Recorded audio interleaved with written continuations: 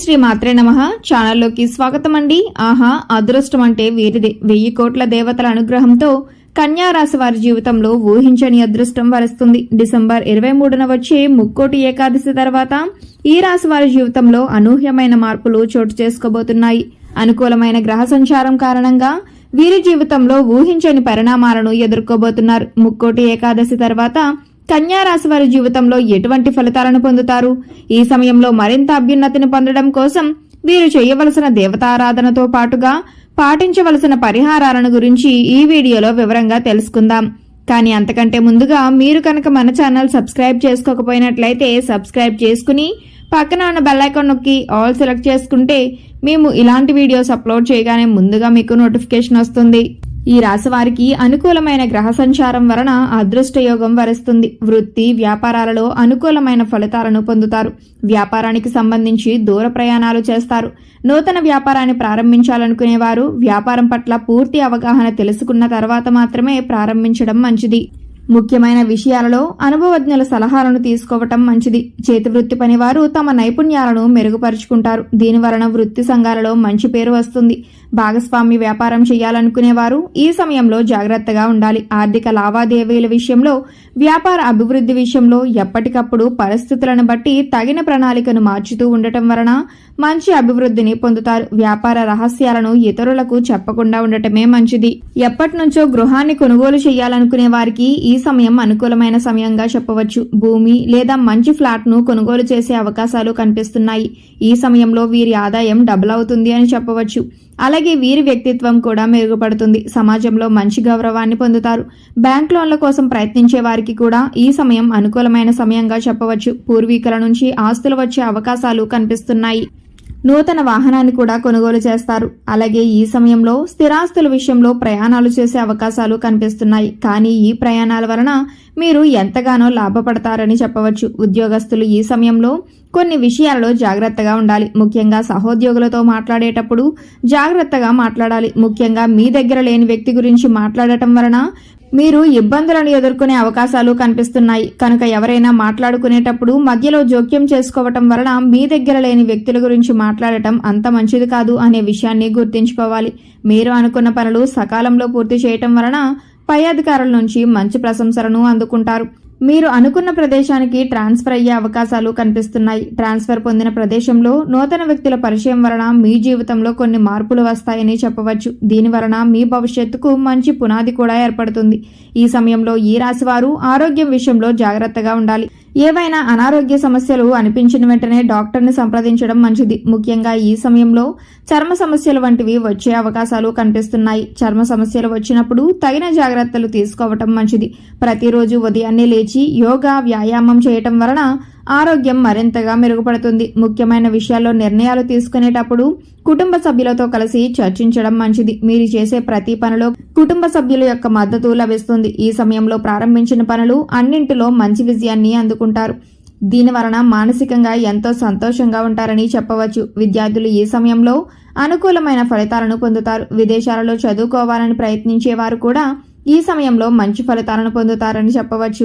ఎవరికైనా అప్పుగా డబ్బు ఇచ్చినట్లయితే ఈ సమయంలో మీ చేతికి అందుతాయని చెప్పవచ్చు. అనేక మార్గాలలో ఆదాయం రావటం వలన ఆర్థికంగా నిలదొక్కుంటారు. విద్యార్థులు పోటీ పరీక్షలకు ప్రిపేర్ అవుతున్నట్లయితే ఈ సమయంలో ఏకాగ్రతతో చదివినట్లయితే అనుకున్న ఫలితాలను పొందుతారు. ప్రవేశ పరీక్షలు రాసేవారు కూడా ఈ సమయంలో అనుకున్న యూనివర్సిటీలో సీటును పొందే అవకాశాలు కనిపిస్తున్నాయి. ముఖ్యంగా ఈ సమయంలో విద్యార్థులు సమయాన్ని వృధా చేయకుండా సద్వినియోగం చేసుకున్నట్లయితే మంచి ఫలితాలను పొందుతారు. Betting, crypto currency, bit coin, lottery, జూదం వంటి వాటిలో ఇన్వెస్ట్మెంట్ పెట్టి నష్టపోయే అవకాశాలు కనిపిస్తున్నాయి. కనుక ఆర్థిక విషయాలలో జాగ్రత్త వహించడం మంచిది. జీవితంలో స్థిరపడే అవకాశం ఎక్కువగా కనిపిస్తుంది. వ్యవసాయ రంగం చూసుకున్నట్లయితే వ్యవసాయదారులకు పంటలు కూడా బ్రహ్మాండంగా పండుతాయి. పంటల వలన విపరీతమైన లాభం వస్తుంది. కూరగాయలు, పండ్లు, చేపలు, రొయ్యలు పెంపకదారులు అందరూ కూడా ధనాదాయాన్ని పొందుతారు. వ్యవసాయ రంగంలో కాయగూరల వ్యాపారం చేసినా, పండ్ల వ్యాపారం చేసినా, చేపల చెరువులో, రొయ్యల చెరువుల్లో చేసినా సరే బ్రహ్మాండంగా డబ్బులు వచ్చే అవకాశాలు కనిపిస్తున్నాయి. వ్యవసాయ రంగంలో బ్రహ్మాండమైన ఫలితాలను పొందుతారు. ప్రోత్సాహకరమైన లాభాలు పొందే అవకాశాలు కనిపిస్తున్నాయి. రియల్ ఎస్టేట్ చేసేవారికి ఈ సమయం బాగా కలిసి వస్తుంది. ఈ సమయంలో రియల్ ఎస్టేట్ చేసేవారు కోట్లు గడిస్తారని చెప్పడంలో ఎటువంటి సందేహం లేదు. Chit funds company, finance company ఇవన్నీ కూడా చాలా అనుకూలంగా ఉండి మంచి లాభాలు వస్తాయి. క్రీడాకారులు, నటీనటులు, టీవీ, సినిమా రంగంలోని వారికి మంచి ఆఫర్స్ వస్తాయి. వైవాహిక జీవితంలో సఖ్యత ఉంటుంది. జీవిత భాగస్వామిని అర్థం చేసుకుని ప్రవర్తించటం వలన ఎటువంటి మనస్పర్ధలు, విభేదాలు లేకుండా సంతోషంగా జీవించగలుగుతారు. మీరు ప్రేమించిన వ్యక్తులతో ఏవైనా విభేదాలు ఉన్నట్లయితే అవన్నీ పూర్తిగా తొలగిపోతాయి. సంతోషంగా సమయాన్ని గడుపుతారు. తొందరపాటు నిర్ణయాలను తీసుకోవద్దు. కుటుంబ వ్యవహారాలలో ప్రశాంతతను పొందుతారు. కుటుంబానికి సంబంధించిన ఆచార వ్యవహారాలను పాటిస్తారు. కుటుంబ సభ్యులతో కలిసి పుణ్యక్షేత్ర సందర్శనం చేస్తారు. ముఖ్యంగా మీతో మంచిగా మాట్లాడుతూనే వెనక గోతులు తవ్వే వ్యక్తులు ఉంటారు కనుక అలాంటి వారిని గ్రహించి జాగ్రత్తగా ఉండటం మంచిది. తోబుట్టువులతో మాట్లాడేటప్పుడు వేరే వ్యక్తితో మధ్యవర్తిత్వంగా మాట్లాడటం చేయించకుండా ఉంటే మంచిది. ఏదైనా సమస్య ఉన్నట్లయితే తోబుట్టువులతో కూర్చుని పరిష్కరించుకోవటం వలన ఎటువంటి ఇబ్బందులు ఉండవు. మూడో వ్యక్తి జోక్యం వలన సమస్య మరింతగా పెరిగే అవకాశం కనిపిస్తుంది. రాజకీయ రంగంలో ఉన్నవారు ముఖ్యంగా ప్రత్యర్థులను విమర్శించడం వంటివి చేయకుండా ఉండటం మంచిది. దీని వలన ప్రజలలో ఆదరణ తగ్గిపోయే అవకాశాలు కనిపిస్తున్నాయి. ఈ సమయంలో మరింత అభ్యున్నతిని పొందడం కోసం ఈ రాశివారు చేయవలసిన దేవతారాధన చూసుకున్నట్లయితే సోమవారం రోజు శివాలయానికి వెళ్లి మహాశివునికి తేనెతో అభిషేకం చేయటం వలన మంచి ఫలితాలను పొందుతారు. వీలైనప్పుడు ఓం నమఃశివాయ అనే శివ పంచాక్షరి మంత్రాన్ని 108 సార్లు జపించినట్లయితే విశేషమైన ఫలితాలను పొందుతారు. మంగళవారం రోజు ఆంజనేయ స్వామి ఆలయానికి వెళ్లి స్వామివారిని సింధూరంతో అర్చించి తమలపాకుమాలను సమర్పించినట్లయితే చేసే పనులు విజయవంతంగా పూర్తవుతాయి. శుక్రవారం రోజు దుర్గాదేవి ఆలయంలో పులిహోరను ప్రసాదంగా పంచిపెట్టినట్లయితే శుక్రగ్రహం యొక్క అనుకూలత వలన మీ కోరికలన్నీ నెరవేరుతాయి. సిరి సంపదలను పొందుతారు. ఈ సమయంలో ఎదురయ్యే ప్రతికూల పరిస్థితులన్నీ అనుకూలమైన ఫలితాలుగా మార్చుకోవటం కోసం వీరు పాటించవలసిన పరిహారాలను గురించి చూసుకున్నట్లయితే సోమవారం రోజు నవగ్రహ ప్రదక్షిణలు చేయటం వలన అనుకూలమైన ఫలితాలను పొందుతారు.